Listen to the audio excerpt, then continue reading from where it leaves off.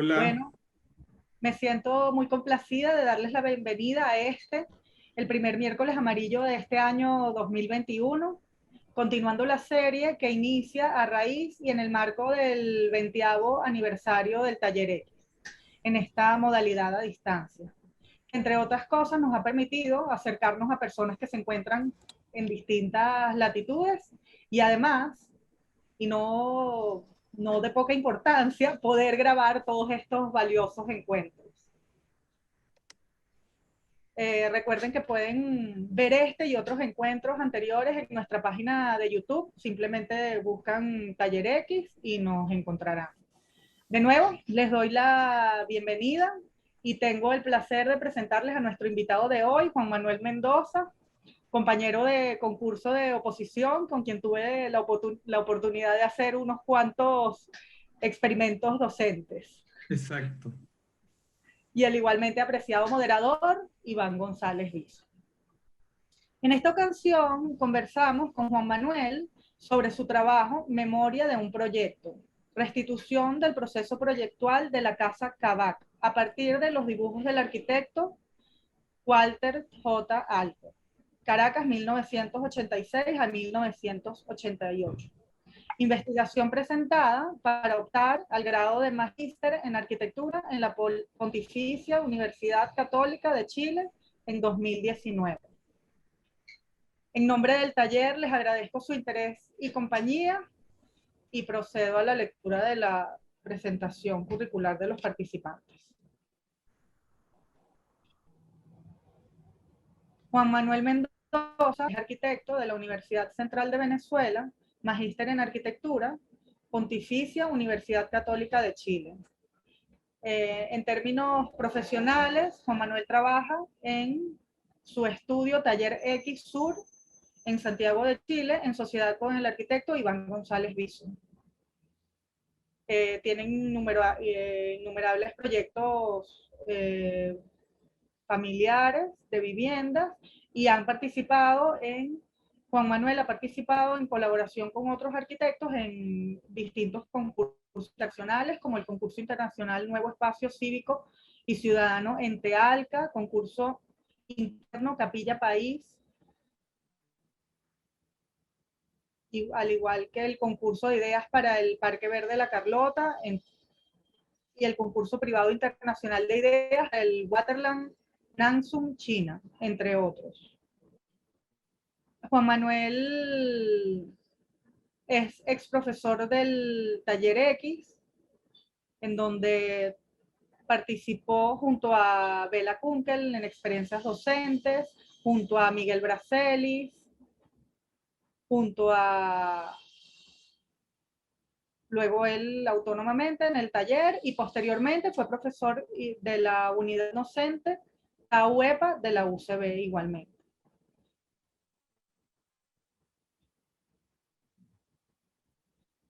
Para finalizar, en el 2019 presentó el trabajo de ascenso para optar al cargo de profesora.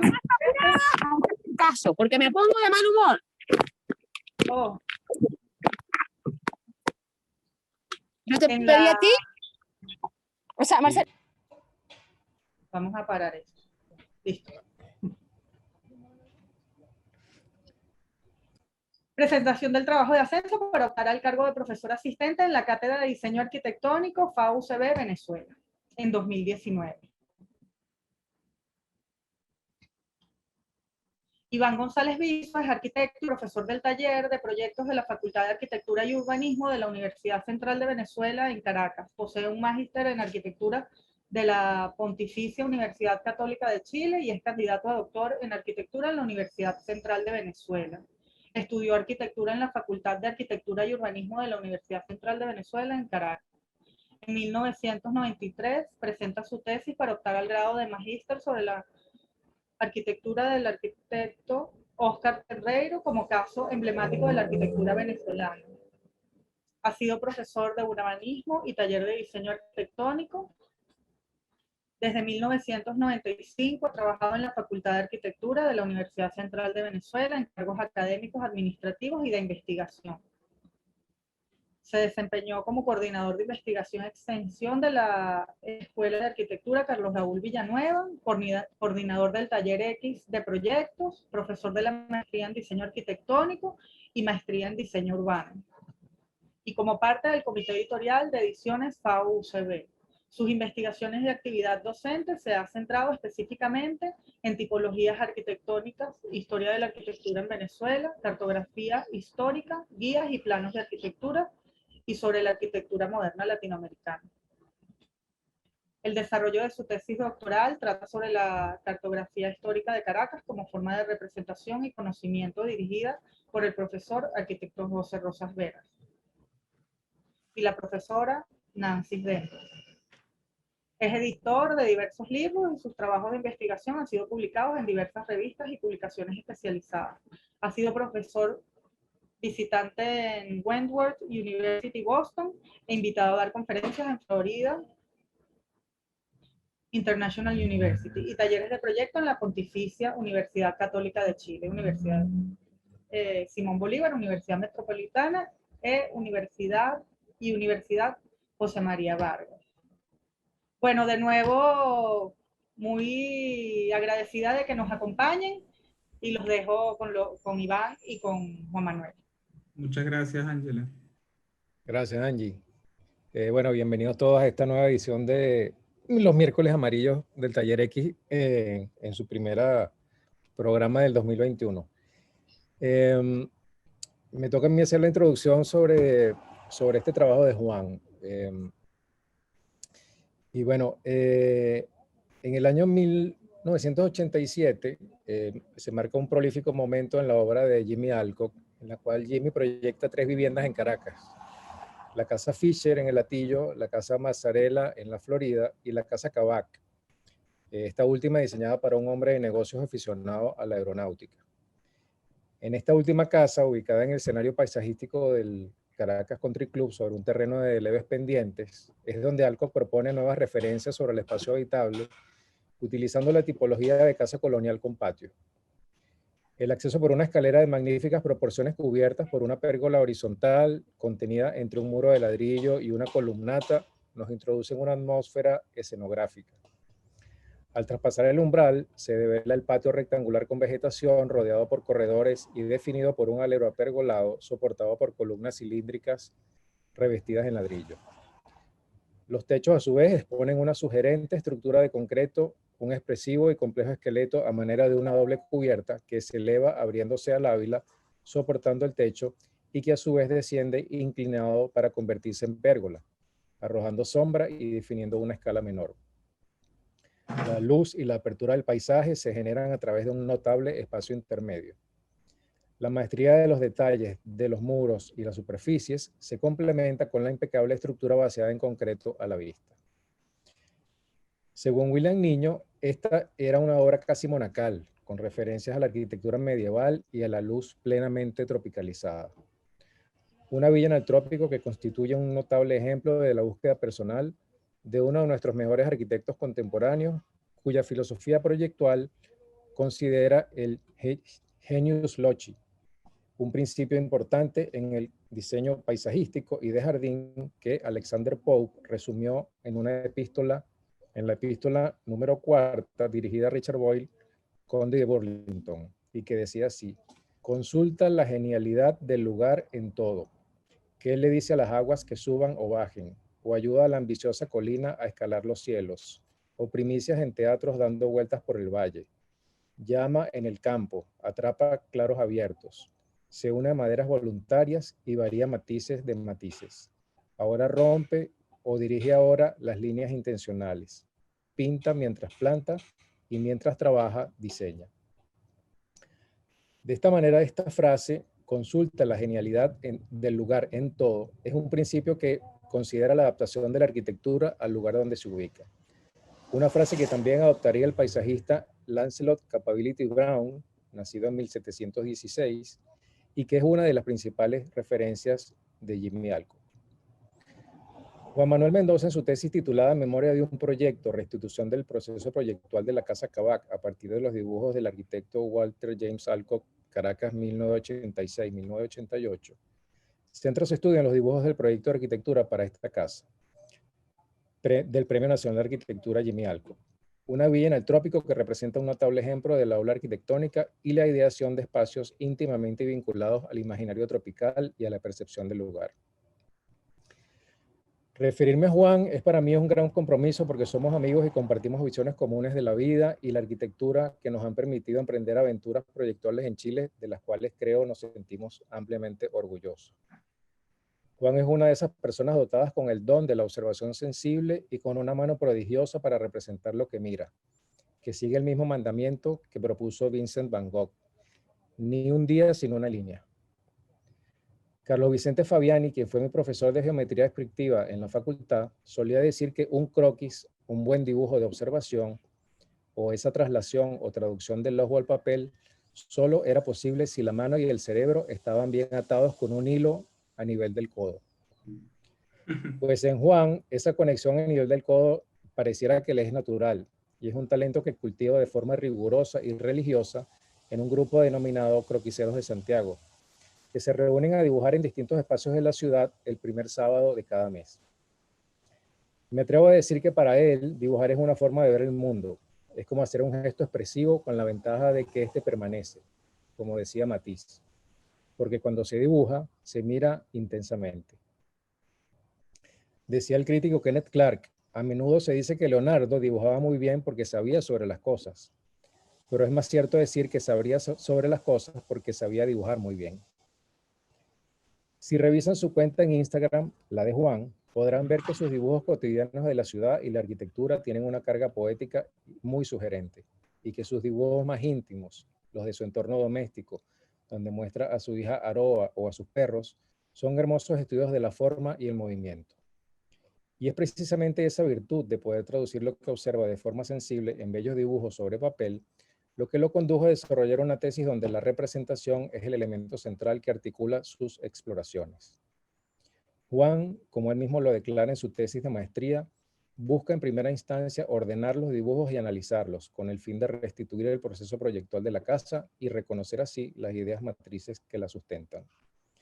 La tesis se funda en la comprensión del dibujo arquitectónico como una herramienta de formalización disciplinar, cuyo accionar está determinado por el surgimiento de una idea y su desarrollo a través de un conjunto de dibujos que constituyen lo que se conoce como proyecto de arquitectura. La existencia de estos dibujos iniciales de la Casa Kavak, proveídos por Jimmy Alcock y realizados en un momento crucial de su carrera, representan una clara oportunidad, una oportunidad singular que nos lleva a cuestionarnos sobre las etapas o momentos que informan sobre su trayectoria proyectual y sobre la trayectoria proyectual de esta casa. Hablamos pues de un proceso en el que se define un proyecto de arquitectura que no siempre está declarado, que no siempre es explícito y pocas veces es considerado en el desempeño de la práctica profesional. En este sentido, tal como declara Juan en su tesis, se hacen las siguientes preguntas. ¿Cómo un proyecto de arquitectura como el de la Casa Kavak encuentra su especificidad? ¿Cuáles son los elementos fundantes de este proceso proyectual? ¿Cuáles son los momentos de duda o retroceso? ¿Y qué es lo que queda, trasciende o se decanta finalmente en lo pensado originalmente? Juan considera los dibujos iniciales de Kavak como una secuencia de pasos intuitivos e informados que prefiguran a través de líneas, manchas y anotaciones el proceso de abstracción desde el cual se hacen visibles progresivamente las formas que le van dando cuerpo al proyecto. Pero como la memoria de un proyecto no solo remite a su propia historia, es necesario saber cuáles fueron sus referentes. Por ello, Juan también ahonda más en la forma comparativa de dos casas de Jimmy Alcock, que son la ribereña y la propia casa de Alcock. En síntesis, este trabajo tiene como finalidad indagar sobre la genealogía de un proyecto, el de la Casa Kavak, y a partir de ella obtener una metodología de análisis proyectual que nos permita su aplicabilidad en otros casos y circunstancias y alcanzar así una mejor comprensión del siempre incierto proyecto de arquitectura. Bienvenido, Juan, a los miércoles amarillos del Taller X. Wow. Muchas gracias, Iván, por haberte tomado el tiempo de escribir y de leerte completa mi tesis. Para mí es un honor que hayas hecho esta introducción, de verdad. Así como también es un honor bueno, poder compartir nuevamente con los miembros del taller y con muchos amigos que veo conectados a través del Zoom. Este trabajo que un poco presentaste magníficamente, Iván, es un trabajo que surge como en... Un poco voy a empezar a presentar como las imágenes que forman parte de todo este proceso, que surgen de mi época, apenas entré a la universidad. Bueno, existía la necesidad de que yo desarrollara un trabajo de ascenso, y este trabajo de ascenso, desde un principio siempre quise hacerlo sobre la obra de Jimmy. La verdad que al principio no tenía como muy claro cuál era el tema, cuál era como el objeto, cuál era el caso, pero sí sabía que tenía que ver con la obra de Jimmy. Al venirme a Chile a hacer la maestría, conocí a un grandísimo profesor que se llama Germán Hidalgo, y que de alguna manera me condujo como a la idea de desarrollar esta investigación en base a teniendo como tema central el dibujo arquitectónico.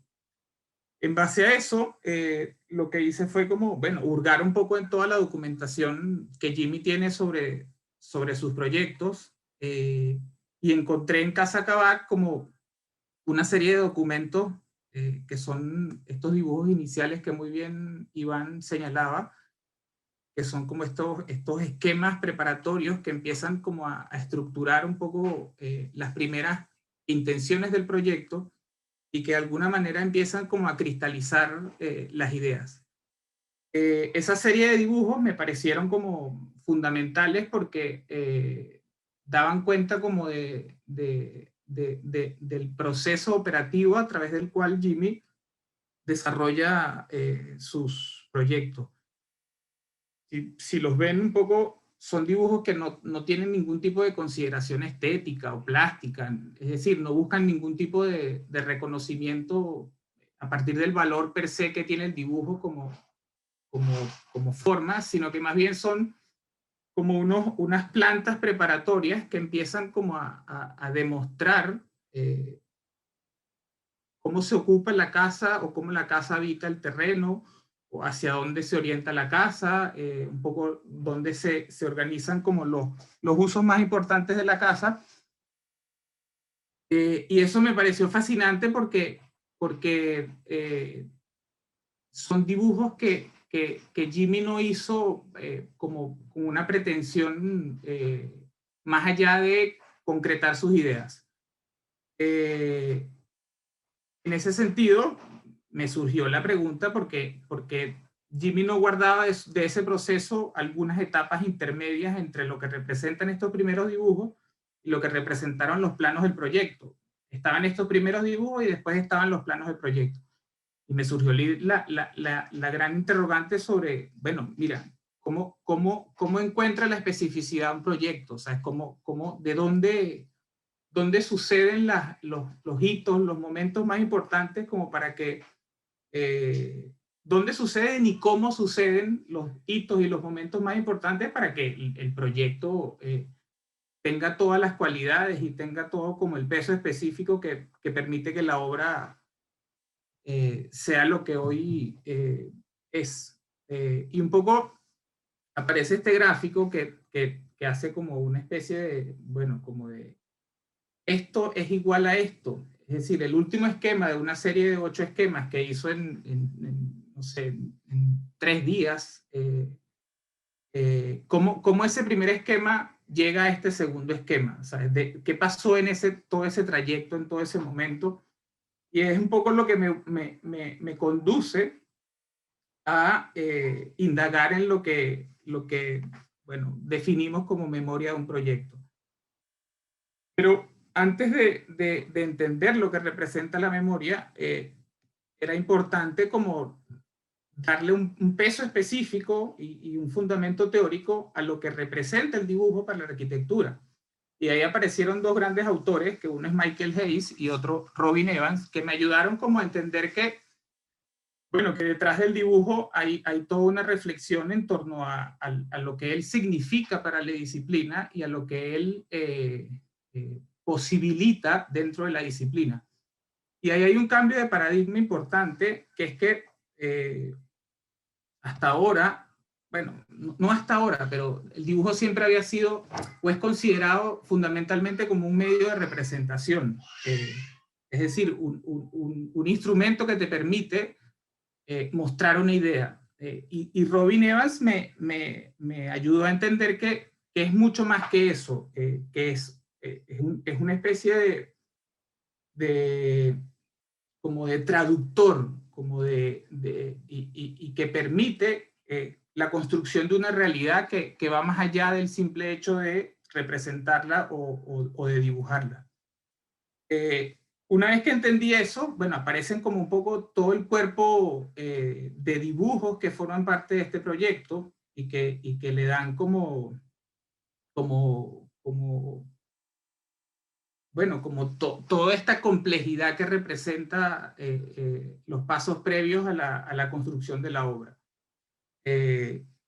Un poco lo mismo que hablaba antes, cómo el dibujo permite que se materialice lo que la edificación va a ser en un momento futuro, y cómo las líneas de proyección determinan un orden geométrico que funcionan como guía, que funcionan como ejes estructurantes a partir de la cual se puede construir la arquitectura. Partes también de los dibujos, un poco lo que me interesaba en esta primera parte es como mostrar las evidencias sobre las cuales desarrollo el trabajo de investigación, que básicamente es un poco los dibujos que forman parte del proyecto, y que fueron los planos con los que la casa se construye, y que finalmente se muestran un poco en estas fotografías que hablan un poco como de la escala, y muchas de las observaciones que ya hizo Iván, el patio corredor, la relación del corredor con el patio interno, perdón, como los espacios propiamente más íntimos dentro de la casa. Y entonces, una vez que bueno, tienes como todas estas evidencias que forman parte del acervo proyectual, surgió la pregunta de, bueno, ¿cómo recuperar o cómo más bien indagar en ese proceso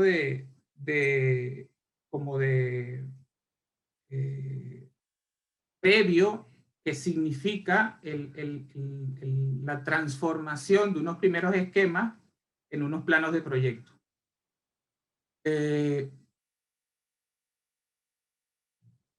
Entonces, el primer encuentro que yo tengo con estos dibujos, una vez que como que los recibo, los analizo, los clasifico, los ordeno, los ubico en el tiempo, es una primera aproximación como muy intuitiva que hago como de reconstruir de alguna manera lo que los primeros dibujos de ideación que les mostré al inicio, de alguna manera para mí me significaban, entendiendo las ausencias de información, o lo que el dibujo en sí proporcionaba. Hice esta serie de dibujos que son como unos dibujos muy preliminares, y que empiezan a entender como las posibilidades asociadas a cada uno de estos esquemas. Pero eran unos dibujos como como sin un norte, sin una idea como específica. Básicamente eran como, bueno, explorando un poco de manera intuitiva lo que esos dibujos contenían, por así decirlo. Pero un poco la estructura, o un poco esta manera intuitiva, me conllevó de alguna manera a definir una estructura sobre la cual empezar a ordenar todas estas evidencias que tenía. Es decir, empezar como a clasificar y a partir de esa clasificación poder desarrollar un análisis mucho más específico, mucho más claro, que me permitiera como entender como el marco, por así decirlo, completo de lo que la investigación podía representar. Y este es como de estos primeros dibujos o esquemas que sobre la base me permitieron como darle una estructura, un cierto orden a todo este proceso.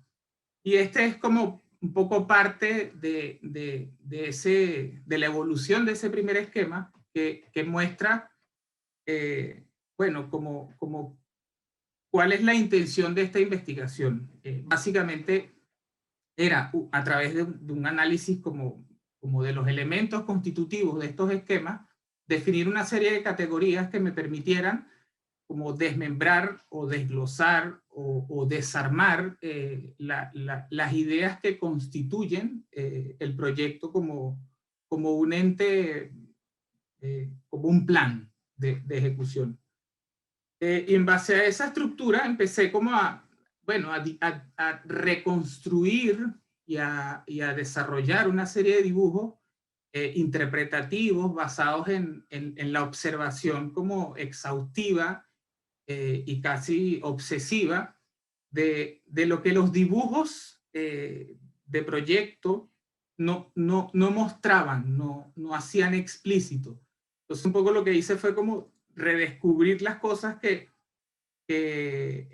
los planos de proyectos no mostraban, pero que la obra sí mostraba. Entonces fue como una especie de retroalimentación entre mirar las fotografías de la obra, mirar y observar los dibujos del proyecto y reconstruir unos nuevos dibujos que se basaran como en esa metodología de análisis. Esta es una planta como del esqueleto estructural que constituye un poco como el sistema de cubiertas de la Casa Kavak, y que en este otro dibujo demuestro a través es como una especie de investigación a través del dibujo. El complejo sistema estructural que representa esa terraza cubierta que todos conocemos y que es como uno de los espacios más maravillosos de la casa y de muchas casas, me atrevería a decir, de la arquitectura moderna hecha en esa época en Venezuela. Y tiene una complejidad que es muy interesante porque, bueno, ahí lo ven, hay como una serie de pilares ordenados, cada en módulos de 1,22 centímetros, y está esta doble, como esta costilla que se abre hacia el norte, pero que también comprime, generando como una especie de microclima que permite mirar al cielo, pero también contiene la perspectiva hacia el jardín que tiene enfrente. Que es un poco lo que vemos acá en esta sección de la derecha y con esta secuencia de secciones que son parte como de este ejercicio de análisis como interpretativo que les nombraba antes, y que también forman parte como de la identificación de estos elementos que constituyen como el acervo proyectual y como la memoria, no más que la memoria, sino como las estrategias de proyecto de Jimmy. El manejo del patio, el manejo de la cubierta, la relación con el paisaje, etcétera, etcétera. Entonces, por un tema como de darle como profundidad a la investigación y que pueda ser comparada y que puedas como identificar un poco esas ideas que hablábamos al inicio, de dónde vienen, de dónde surgen, surgió la posibilidad de un poco analizar a partir de los mismos elementos 3 casas desarrolladas por Jimmy previamente. Bueno, aparecen como un montón de operaciones que se repiten, de estrategias que se van como traspasando y en ese traspasar se traducen de una manera, pero que se fundamentan un poco en lo mismo, pero que no me pareció como, bueno, necesario hablarles hoy, sino que simplemente un poco como para darle el marco de que existió esta comparación con otras obras de Jimmy, y que una vez que hice esa comparación, bueno, desarrollé como una serie de dibujos que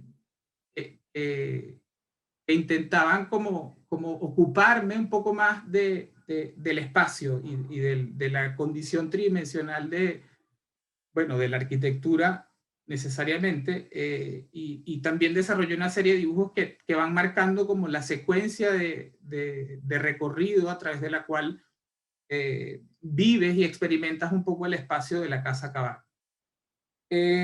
Pero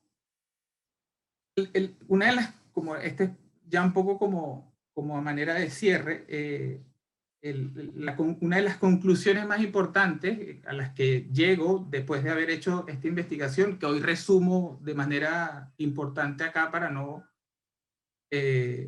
hacer muy larga la exposición, es que, bueno, un poco lo que sabemos quienes nos enfrentamos a diario como al problema arquitectónico, que esas ideas que habitan la hoja en blanco no surgen de la nada, no son inventos, sino que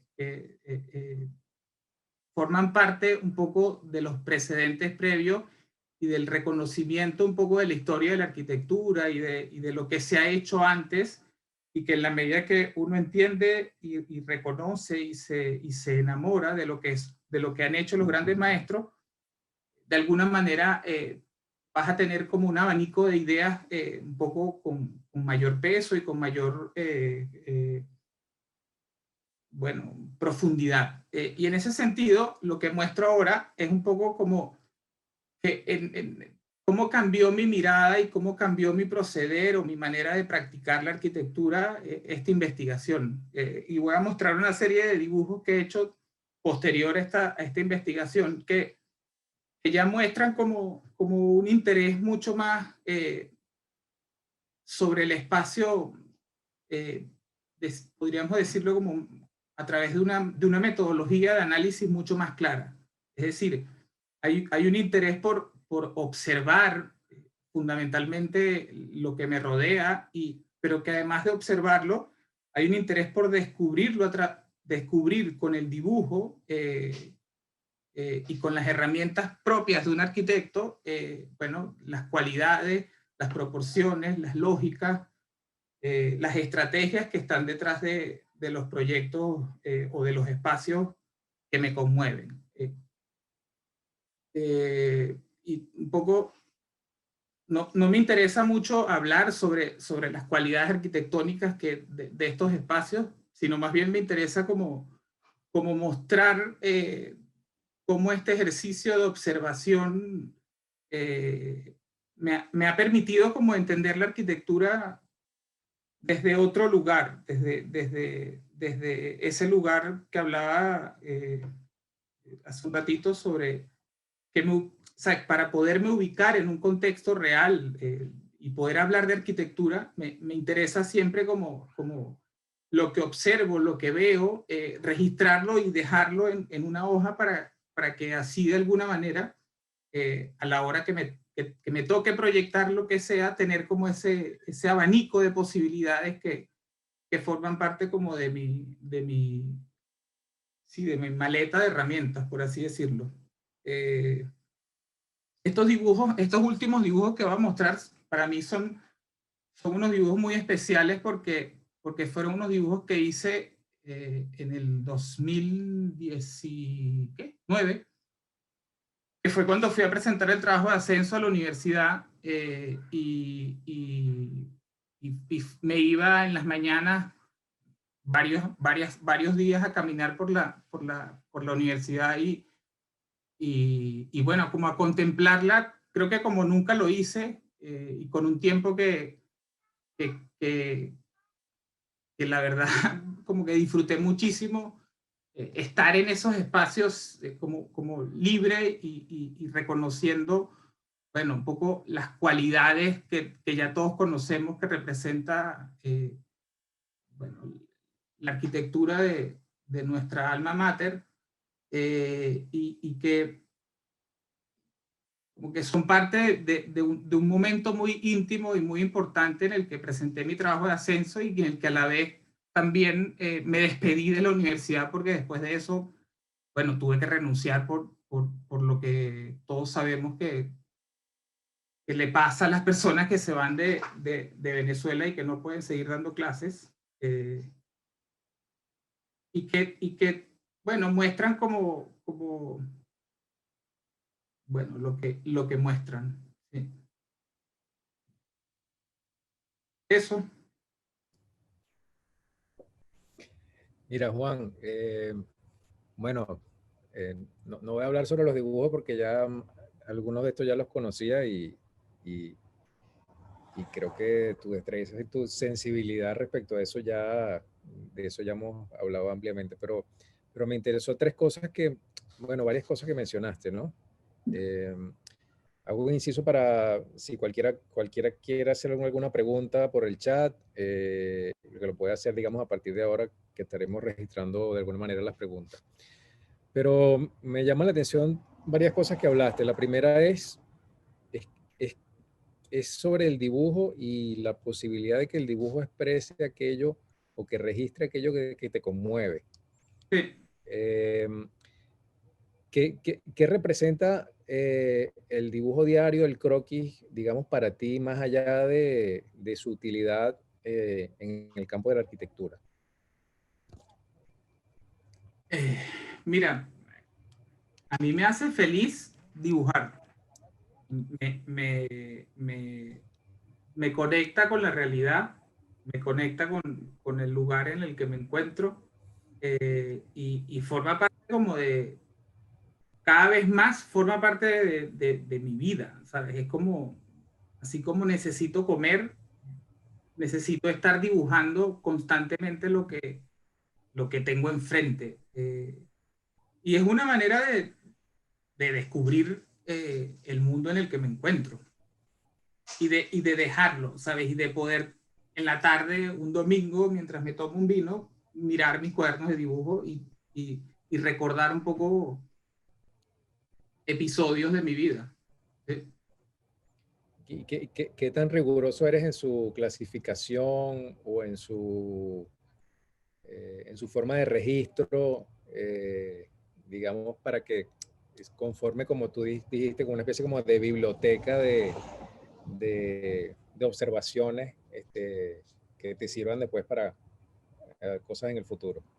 Mira, riguroso, el único rigor que creo tener, y cada vez creo que como que me obligo a eso, es hacer varios durante la semana. ¿Sabes? Como que obligarme a que durante toda la semana tengo que hacer dibujo. Y el otro, como por así decirlo, rigor, es que los clasifico, no los clasifico, los pongo una fecha, el lugar y la hora en todos los dibujos. Entonces hay una especie de orden como establecido detrás de cada uno de esos registros, pero más que eso, la verdad que no. Sí, Sí, que recuerdo, por ejemplo, el caso de Fernando Pérez, que me dio clase, que, por ejemplo, él se compraba a principios de año 30 libretas negras, exactamente iguales todas, ¿no? Y eran unas libretas negras que no eran anilladas, sino que tenían como un lomo, ¿no? Y en mm, ese lomo, él anotaba con esta pintura blanca con que uno borraba la tinta, claro, como el Tipex. con el Tipex, ajá, anotaba en el lomo del libro la fecha en que había iniciado y la fecha en que había terminado ese libro, digamos, de llenar, digamos, esa croquera. Este, entonces, Claro, como una hoja de vida. exacto, entonces cuando uno entra a su casa, lo que encuentra es una gran biblioteca de puras libretas negras con anotaciones en el borde, ¿no? En el lomo, que entonces él dice, ah, bueno, mira, esto tiene que ver con algo que hice en el año, no sé, en el 94. Entonces busca Claro, las tres libretas del 94 y ahí entonces registra, ¿sabes? Y entonces, bueno, ahí casi que va, es como una especie como de registro como de naturalista, ¿no? Como claro, una bitácora claro. de vida como mucho más amplia, que incluso es clasificable, organizable y realmente como que se constituye una verdadera biblioteca de referencia propia, Visual. exactamente, propia para seguir ahondando en los conocimientos de alguna manera que le interesan, ¿no? Sí. Eh, Wow. eh, mira, y la otra cosa es, y es un tema muy particular ya en relación a la tesis, es por qué escogiste precisamente la Casa Kabak y no tomaste alguna otra de Jimmy. O sea, Bueno, creo que Jimmy se está conectando ahí. No sé si es Jimmy el que está conectado. Sí. Aquí estoy. ¡Jimmy! Oye, sabes más que yo, lo que yo hago. Oh, vale, Jimmy, ¿cómo vas a saber más que tú? Lo hago. No te creas, yo respeto a todo el mundo. Qué bueno que estés aquí, Jimmy. Bienvenido. Bienvenido, Jimmy. Gracias por acompañarnos. No, un placer, Alberto. Mira, me acaban de preguntar que por qué elegí la Casa Kavak y no otra. Y yo creo que, mira, la elegí por esto. Ya va. Por esto. O sea, yo elegí la Casa Kavak porque, bueno, primero, mi tutor de tesis hizo como un especial hincapié en que la tesis se tenía que basar como en el dibujo. O sea, ese era como el primer, como la primera determinante. Y yo, muy humildemente, acepté su sugerencia, porque sabía que detrás de esa aceptación iba a encontrar me iba a encontrar muy feliz y me iba a hacer mucho bien. Entonces, cuando en el momento previo a elegir un caso de estudio, yo lo dije en algún momento en la presentación, tuvimos como una especie como de revisión de todo el material que Jimmy conserva sobre su práctica, y había siempre un especial interés en tener dibujos de ideación, esos primeros croquis que hablan del germen y del nacimiento de una idea. Y los esquemas de la Casa Kavak eran de los que él conservaba, los que los que en mejor estado se encontraban y los que mostraban como una evolución muy clara de la idea. Es decir, si uno ve este primer esquema y uno ve este esquema, hay como una idea muy clara de la casa, o una reinterpretación muy clara de la casa con un patio central, colonial entonces eso representó me generó muchas preguntas, y sobre todo después de que sigo revisando en su documentación y no consigo más dibujos, sino los finales, dije, bueno, ya listo, esta es la oportunidad para yo meterme en el medio, entre estos dos dibujos, y desarrollar una especie de metodología de análisis sobre lo que los dos grupos de dibujos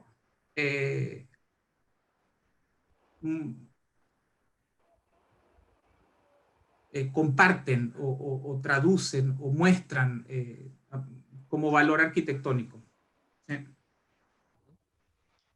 Mira, aquí hay un par de preguntas. Una de Valentina Caradona. Hay una pregunta de Valentina Caradona.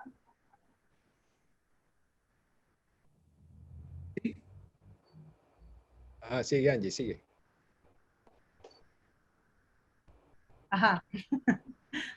A veces no sé si se me daña el internet o qué pasa. Juan, me encantaría conocer tu opinión sobre el contraste y la versatilidad que dan estos dibujos en contraste con las herramientas de representación actuales. ¿Por qué seguir dibujando a mano?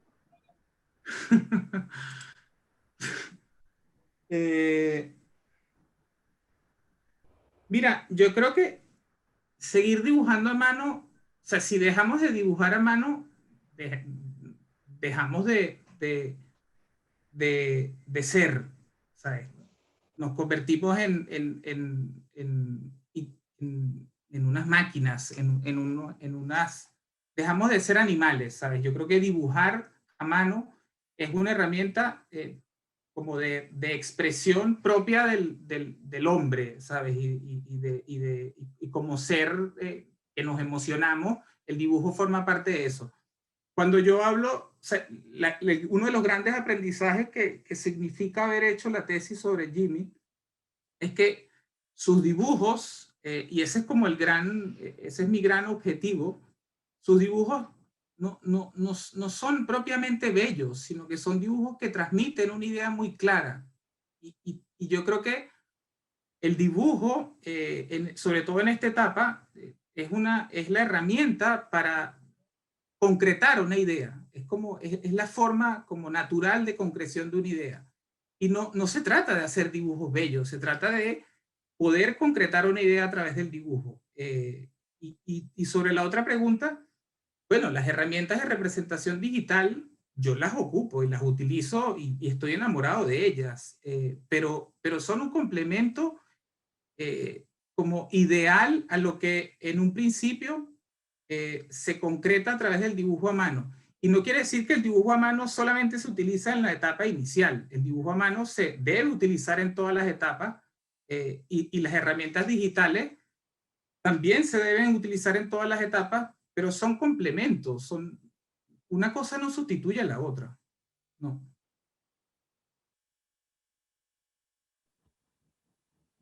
Voy a leer el comentario y pregunta de Asier Calvo. Pareciera que Jimmy Alcock sigue una tradición que se encuentra presente en Villanueva y también en Galia, su maestro y socio después de graduado, donde no se le da importancia al virtuosismo que como dibujantes están exponer, sino más bien aspectos más ligados al funcionamiento. Pareciera que lo valioso, es decir, lo espacial, se lo guardan para cuando logran materializar las obras. ¿Es eso premeditado? Yo no, mira, wow. Yo creo ¿Me que, permite Jimmy, contestar? por favor. Esa pregunta la puede contestar mejor Jimmy. ¿Eres? Es muy interesante Sí, lo que están Jimmy, qué bien. Mucho gusto de estar con ustedes. Mira, es muy interesante lo que están hablando, porque mira, el proceso arquitectónico es mental, ¿no? Y realmente, y lo digo de esta manera, de la mente se pasa rápidamente con un papel por delante, como sea, a una idea. Uh-huh. Y esta idea es una de las miles que se proponen, miles, porque uno va buscando y buscando y buscando. Y ese proceso, lo que llama Kenneth Clark Moments of Vision, es muy complejo, porque eso no quiere decir que uno ha terminado, es una idea o un camino, y hay muchos caminos. Hay un concurso y pueden hacer 100 proyectos diferentísimos todos, pero uno escoge su camino y su camino empieza en la mente. ¿No? Y la mente, yo uso la mente para inmediatamente hacer un croquis de esa idea. Y así hago muchos croquis. Croquis son garabatos, pero que transmito lo que tengo en mi mente al papel. Y ese es el primer proceso. Y ese es el proceso más difícil, el que más uno le entra y le da más duro. Porque después, yo me acuerdo que en ese proyecto hay una serie de etapas que son muy, muy complejas, ¿no? Y y trabajamos, otro arquitecto y yo, muy, muy duramente para concluir la unión de los volúmenes, el problema estructural, pero todo parte de un programa del cliente, ¿no? De una funcionalidad que uno está buscando, como dijo Juan al principio, y básicamente de un terreno con una topografía bastante compleja y con una forma bastante compleja porque es un arco, ¿no? Hay una serie de elementos que se combinan para uno llegar a una conclusión. Y básicamente son para mí el programa del cliente, el terreno en sí, la topografía y las condiciones climáticas, sol, viento, lluvia, etc. Para entrar entonces a una especie de funcionalidad, porque por más que sea, no podemos apartar la funcionalidad de la casa, ¿no? Y yo siempre pongo el gran ejemplo, es que conozco muy bien, es la casa Farnsworth de Mies van der Rohe. Es quizás una de las cosas más sencillas que uno cree haber visto, pero incluso él me dijo que había 1000 horas, se le había dedicado 1000 horas para el mismo enderrón. Pero lo que quiero decir es que la arquitectura es pensamiento, proceso, y dándole. No puedes apartarte, tienes que soñar con eso, tienes que estar todo el día en eso, no te puedes apartar. Y eso es lo que yo, porque Juan analizó muy bien y lo ha estudiado muy bien y la conoce muy bien, y lo que pasa es que lo que uno tiene por dentro es lo que uno se guarda para uno y que no lo dice mucho porque uno lo que quiere es llegar a una conclusión, un resultado. No secreto. Bueno, no hay secreto porque uno tiene que hacer los planos para que se puedan construir. La finalidad de un proyecto que se construye. Por supuesto. Y es un proceso, porque yo digo también la diferencia entre nosotros y los médicos, que los médicos indagan al enfermo y van a operar. Esa operación puede durar una hora, varios, y está listo. Nosotros no. Nosotros desde el momento que empezamos un proyecto, al momento que se termina la construcción, y vamos a decir la casa más sencilla, son por lo menos 3 años. Yo he estado en algunas 6 años. Y el proceso es muy complejo y uno tiene que estar encima de todo. Y yo no quiero ahondar más, pero lo que quiero es, primero, remarcar con Juan que sí, el croquis, la idea, el dibujo, no es el dibujo en sí como dibujo, como la belleza del dibujo, es la idea transmitida a un papel y de ahí se procede hasta llegar a la construcción final. Así es claro.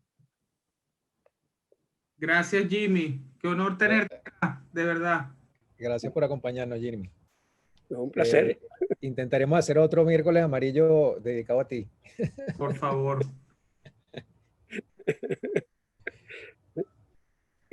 Yo quiero terminar de agregar algo sobre lo que preguntaba Sierra, a propósito de lo que dice Jimmy.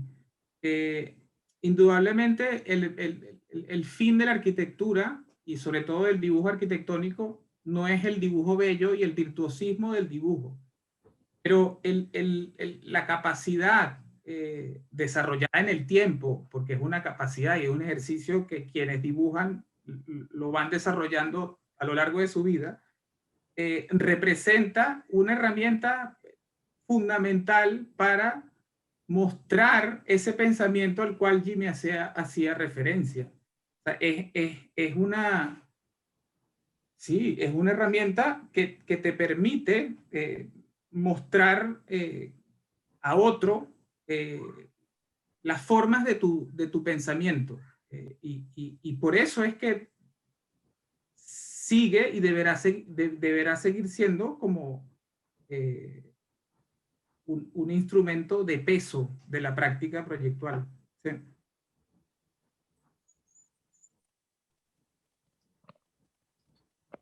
Yani se despide, dice muchísimas gracias a Juan y al taller, bella charla, se ausenta y quería,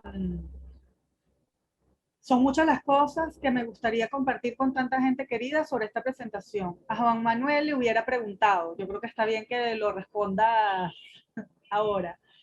Si el dibujo y el dibujo de arquitectura nos hace feliz, ¿por qué nos hace feliz?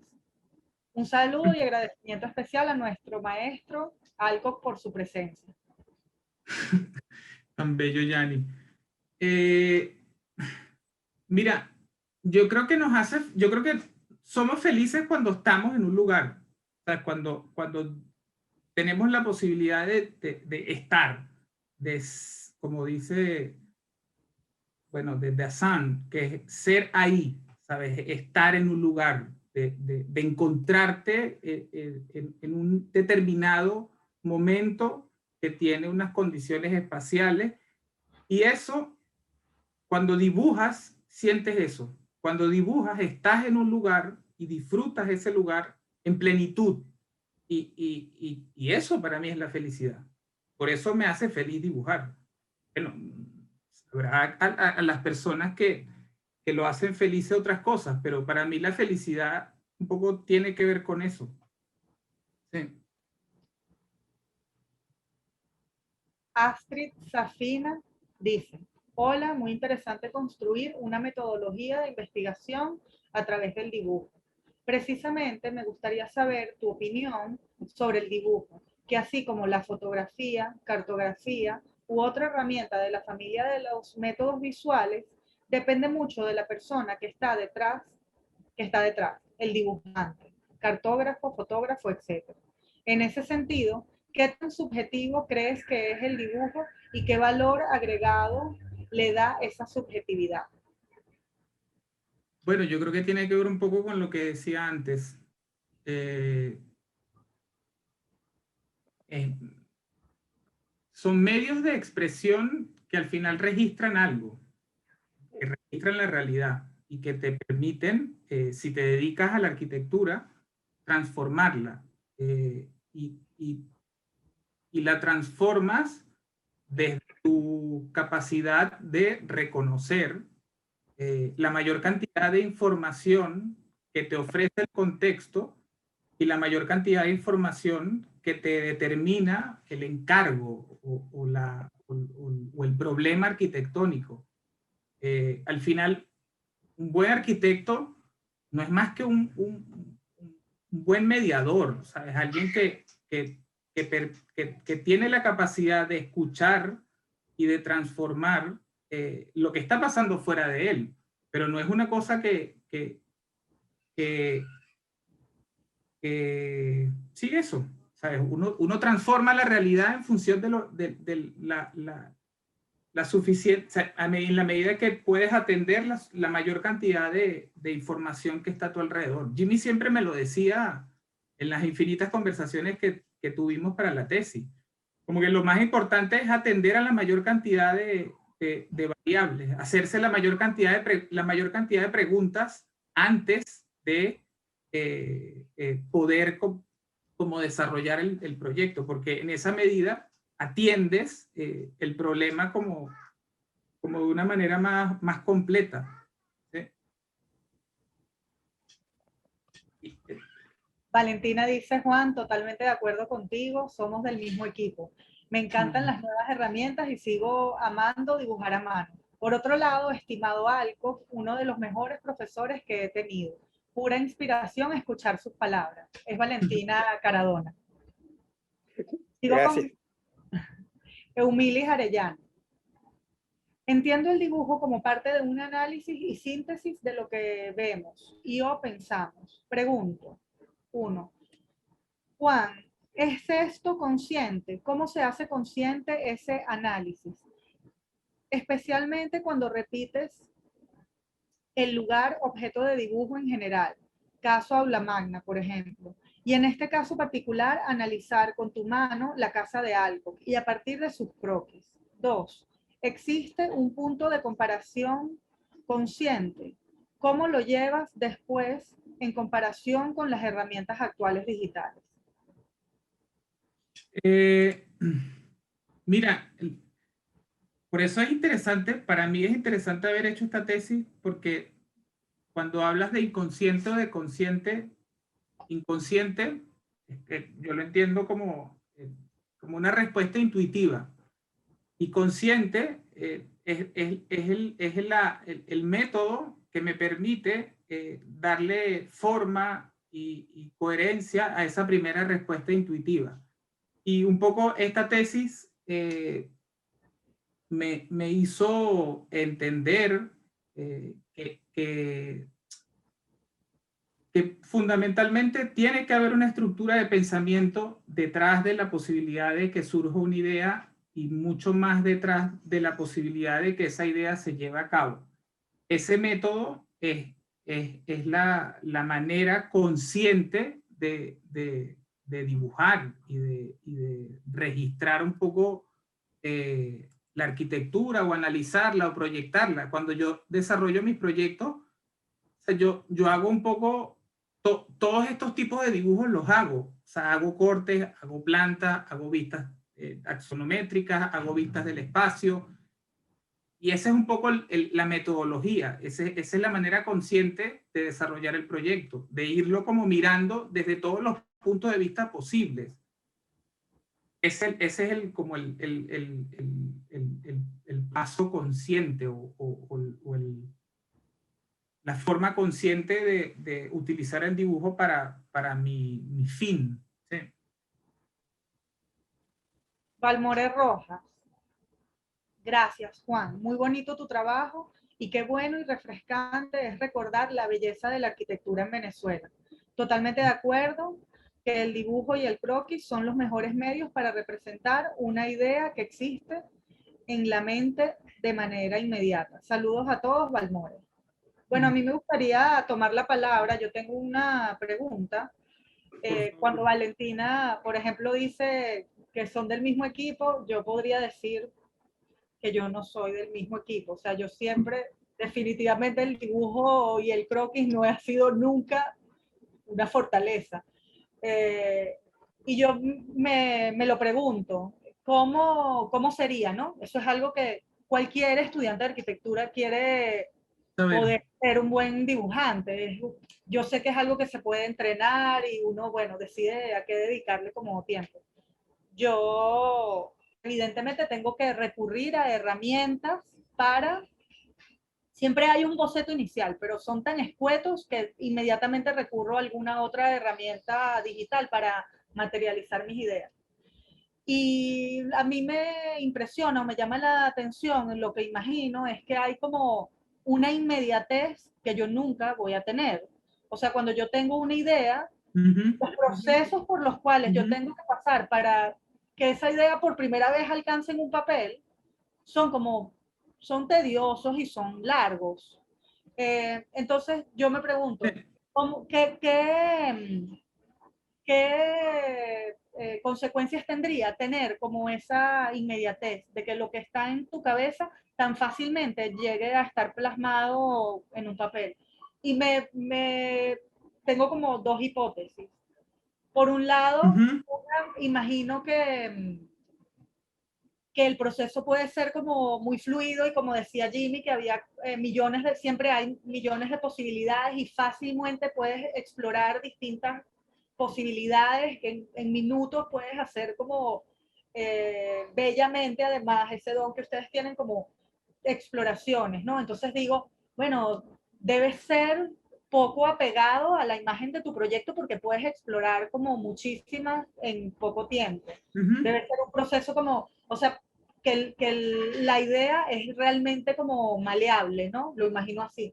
Pero por otro lado, digo, bueno, también pasa un poco lo contrario. Es tan rápido que esa primera idea de tu cabeza llega como al papel que también es muy fácil al día siguiente quizás retomar esa idea. Cuando yo tengo una idea y no soy capaz de plasmarla como tan clara como la tengo en mi cabeza, y yo al día siguiente o a los 2 días tengo que repensarla, bueno, uno hace como una serie de ejercicios mentales para llegar a esa idea y muchas veces llego a soluciones distintas a las que yo sabía que tenía, pero que ya no me acuerdo muy bien cómo era. Entonces, por un lado me imagino, o que es una cosa como muy fluida, o por otro lado es así como que no, ya tienes la idea, ya lo tienes como resuelto y lo puedes retomar desde ahí. No sé, ustedes, quizás tú, y qué opinen. Mira, Angie, es como tu inquietud es fundamental y yo no creo que, bueno, sí, lo dicen las obras de los grandes arquitectos. No necesariamente tienes que ser un buen dibujante para ser un buen arquitecto. Esa es como una reflexión que es bastante obvia y que creo que es como generalizada.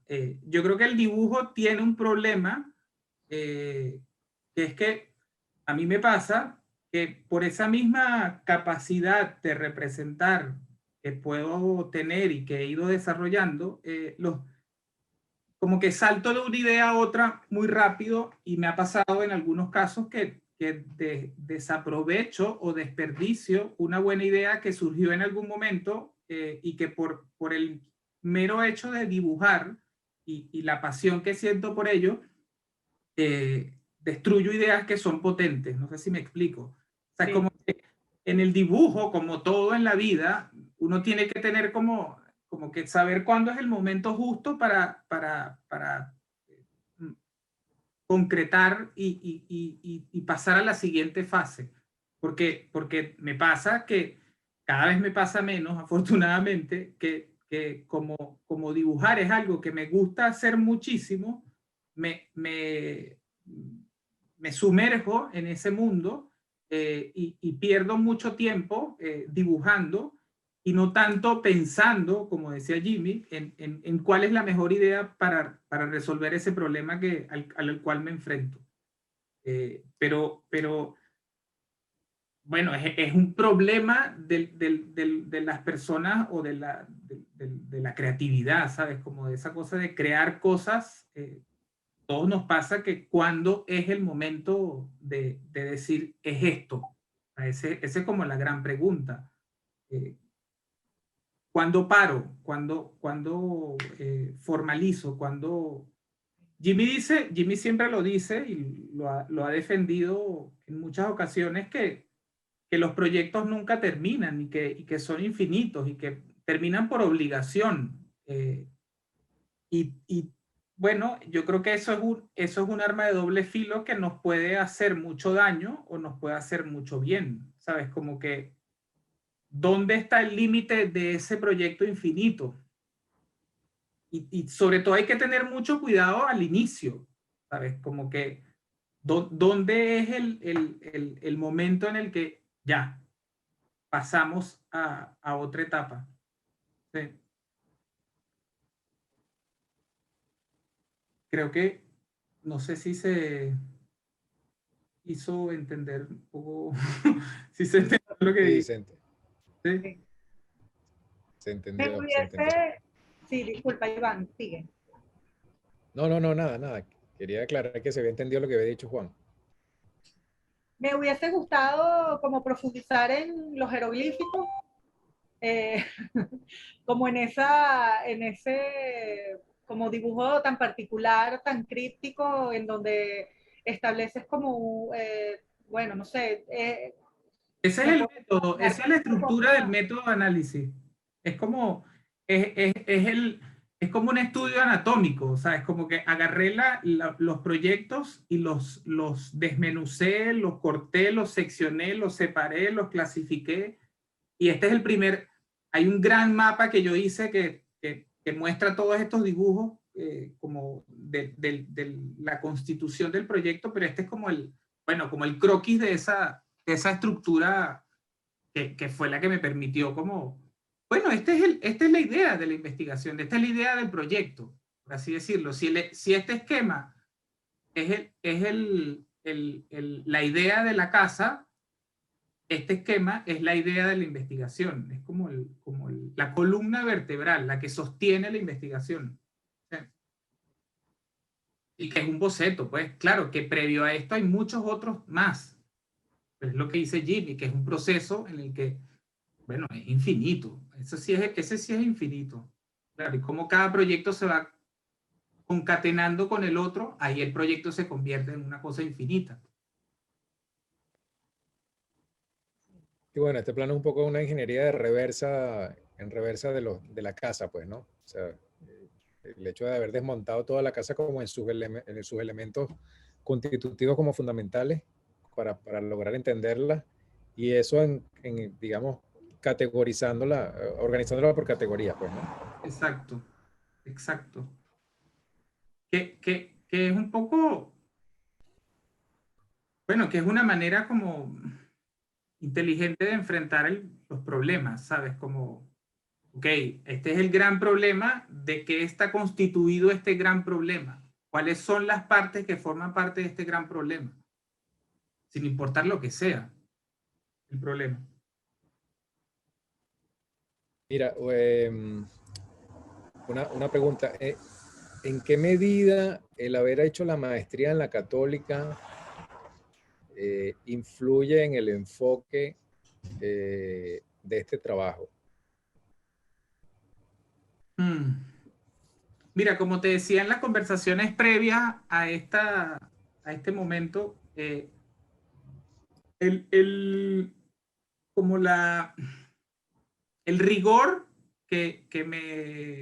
al cual me vi sometido durante el desarrollo de la tesis, que fue básicamente un año, hizo que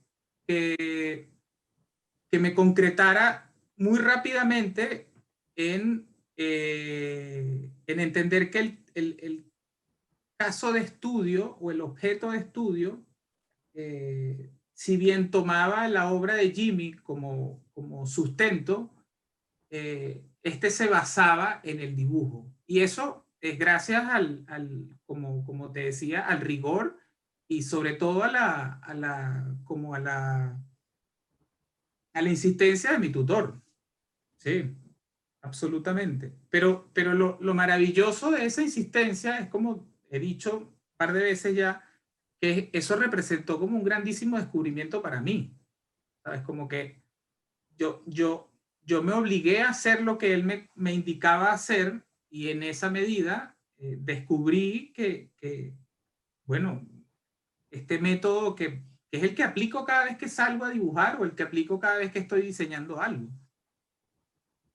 O intento aplicar. Sí. Porque obviamente no siempre se logra. Daniel González Sandoval pregunta, dice, gracias por tus dibujos, Juan, y a Jimmy por su gran pasión por la arquitectura.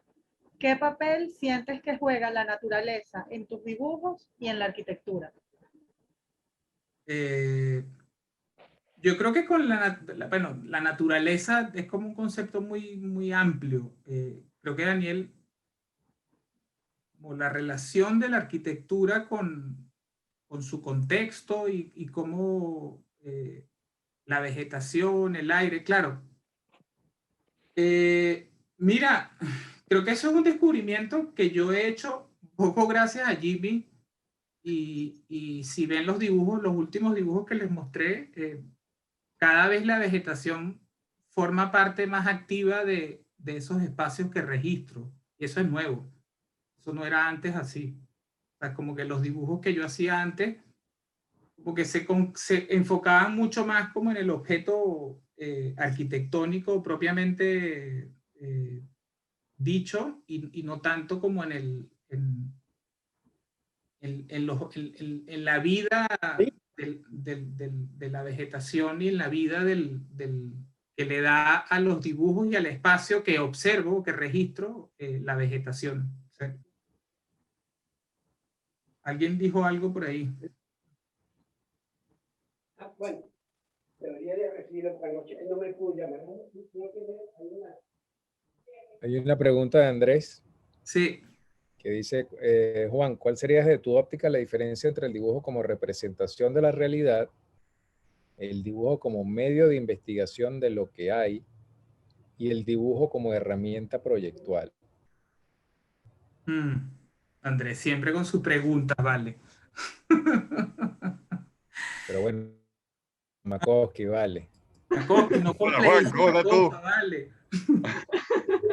Buenísima pregunta. Disculpa que me meta en el audio, Juan. De establecer como una categorización entre tres condiciones. Claro, o sea, la pregunta va dirigida porque siento que dibujo no es una cosa universal, sino que es un medio que se ajusta a los intereses. Yo creo que el profesor Alcock, cuando lo dijo magistralmente, o sea, si el proyecto es un proceso mental, el croquis es esa relación automática, oye,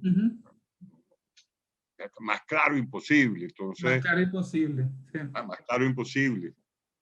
Claro, que quisiera escuchar tu óptica, y disculpa la interrupción. No, gracias por la pregunta, Andrés. Mira, no sé si mi óptica atienda a tu pregunta, pero creo que si bien atienden problemas diferentes, indudablemente, forman parte como de una manera de observar. O sea, forman parte como de una manera de reconocer un poco lo que está a tu alrededor. Y el dibujo como representación de la realidad registra y genera una serie de datos que sirven, si los ordenas, si los clasifica, como un dibujo, como parte de una metodología de investigación. Y eso a su vez, si tienes la capacidad de traducir un poco a través de tu forma de pensar y de interpretar la realidad, puede significar como una herramienta perfectamente proyectual y que te pueda permitir, bueno, enfrentarte al encargo con más información, con más verbo, con más posibilidades, ¿sí? En principio son diferentes el problema que atienden, pero depende de tu destreza mental, pueden confluir en las mismas cosas. No sé si como que lo entiendo así, la verdad. Sí. O sea, no dibujo la realidad para solamente contemplarla y dejarla en un cuaderno, sino que dibujo la realidad para aprender de ella y que esa realidad me haga mejor arquitecto. ¿Sí? Hice la tesis sobre Jimmy y sobre su casa fundamentalmente para aprender de él. Sí, muchas gracias, Juan. O sea, yo creo que es un problema no es un problema, es una forma generacional. Yo por lo menos soy de la escuela, yo no puedo imaginarme llegar a la línea geométrica sin pasar por el esbozo. Intentar concretar en lo concreto o empezar a fijar en el espacio concreto ideas de la mente, y por eso preguntaba, o sea, el dibujo proyectual para mí, uno no mira hacia afuera, sino uno mira hacia adentro.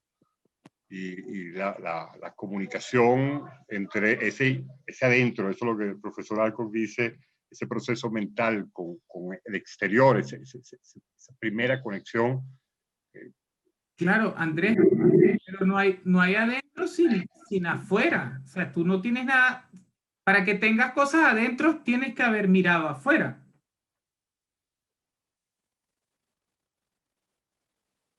Eso es un temón. Claro, o sea, es como que no, las ideas no surgen del adentro, las ideas están afuera, tú las observas, las reconoces, pasan por tu filtro y si tienes la capacidad suficiente, las puedes como desarrollar o mostrar o construir o como le quieran llamar. Pero es un poco lo que decía es como la gran conclusión, creo yo, que llegué en esta tesis, es un poco esto. O sea, el surgimiento de una idea que habita la hoja en blanco lleva consigo el precedente de una serie, lleva consigo el conocimiento de una serie de precedentes previos sobre los que avanzar en el desarrollo de un proyecto de arquitectura.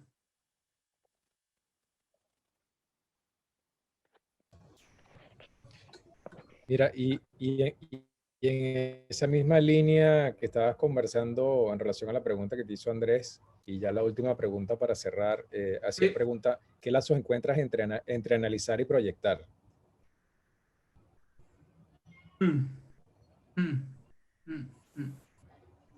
Claro, el análisis parte, para que sea un buen análisis, tiene que partir desde un plan, ¿sabes? Primero, obviamente, desde una problemática y segundo, desde una estructura que te permite entender esa problemática, ese problema, esa situación, ese punto, lo que sea. Y como tal, determina un plan, una planificación, un método. Y proyectar tiene que ver con definir una metodología y construir un plan que te permita que la idea se lleve a cabo. Pero durante el desarrollo, o sea, durante el proyectar también estás analizando. Y de alguna manera analizar es el paso inicial del proyecto. O sea, como que hay muchos lazos, están como relacionados, sí, yo no los pondría primero, segundo, tercero, yo creo que son como complementos. Ya. Mira, bueno, no tenemos más comentarios. Gracias, Juan, por tu por tu trabajo. Gracias por, bueno, bendecimos la mano que tienes conectada con el hilito en el codo, ¿no? La verdad que sí. Y bueno, queremos dar las gracias a toda la gente que nos acompañó aquí a producir este primer miércoles amarillo. A Oliver, a Gabriel, a Ángela, Juan Pablo. Y los queremos invitar para dentro de, no estoy seguro si es la semana que viene o la de más arriba, que Edgar Aponte estará entrevistando a José Humberto Gómez también sobre un tema de interés. A raíz de esto, bueno, esperamos seguir quincenalmente con los miércoles amarillos como programa particular del taller que de manera transversal pueda alimentar muchas más ideas y experiencias que vayan más allá de la arquitectura. Gracias especiales a Jimmy por acompañarnos. La verdad que es un inmenso placer tenerlo aquí. Sí, yo quisiera decir unas palabritas de cierre. Sí, adelante, Juan. No, yo estoy muy feliz, de verdad, de haber estado con ustedes. Me hace muchísimo bien compartir con mis queridos y apreciados colegas. Y nada, para mí fue maravilloso poder contarles un poco las cosas que he hecho e interactuar con ustedes. Y a Jimmy, bueno, los agradecimientos de siempre y la admiración de siempre y el cariño de siempre. Juan, gracias. Me encantó este encuentro. Que se repita. Bueno, que mantengamos la cosa más viva, sí. Sí, se va a mantener la vinculación. Muchas gracias a todos. Gracias, Juan. Gracias, Iván. Gracias, Angie. Gracias, Iván. Igual. Saludos. Nos vemos en una próxima edición.